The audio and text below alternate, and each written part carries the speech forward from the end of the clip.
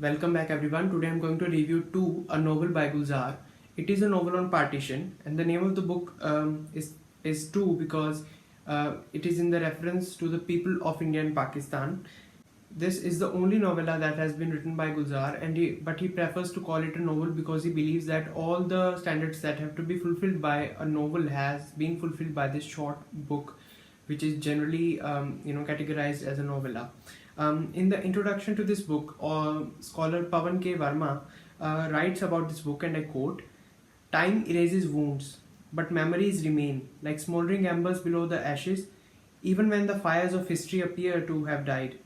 Two is about these memories, those embers, recalled through a story that transports you to the agonies and dilemmas of ordinary people, both Hindus and Muslims, who suffered as a consequence." What should I say about Gulzar Saab? He is such a legend, a famous poet, lyricist, author, screenwriter, and director. His real name is Sampuran Singh Kalra. He has won various very prestigious awards like Padma Bhushan, Sahitya Academy Award, and Dada Saab Phalke Award. Let's talk about the book now. The book starts in 1946 with a rumor in a village called Campbellpur about an impending partition which would take place in British India. And there is this innuendo that the division will be into India and Pakistan, and the book starts with the partition but ends with the Kargil War.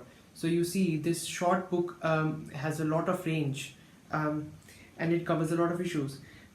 The lack of an authentic source that would confirm these news to these villagers who are far away from the capital of India, the capital of British India, Delhi, is leading to more and more confusion. There are some scenes where the truck drivers who are traveling to these parts from Delhi are spreading these rumors, or participating in this conversation that there is an impending partition, and there is a lot of confusion among the village people. Even when the partition finally happens and they start to move around, they don't even know that where exactly is the boundary of Pakistan, where exactly India starts. They just keep moving. They are just so uninformed, and this confusion also leads to a lot of misinformation.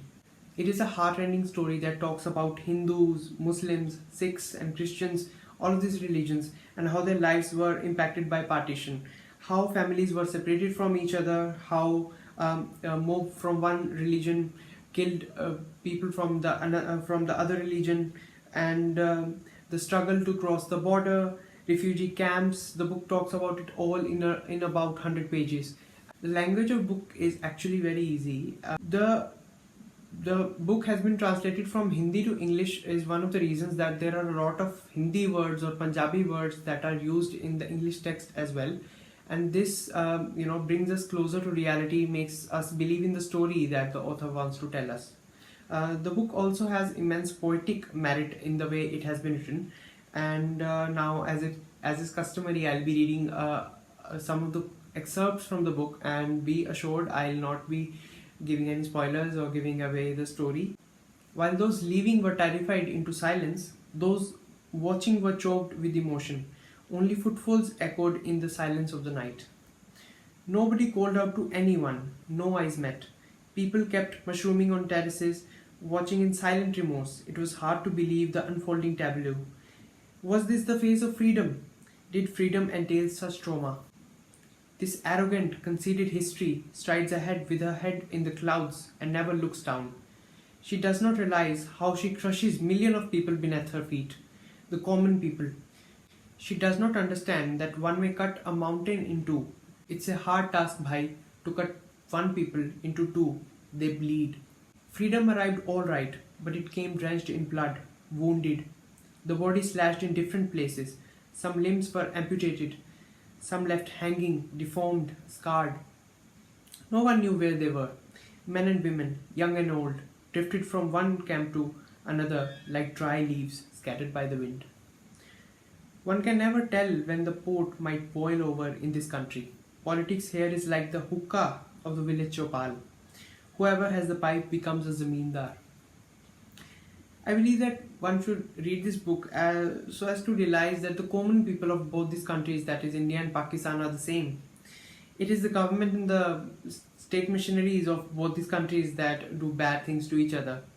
As the book cover says, we were one people, one parted, now we are two. But remember, we were one.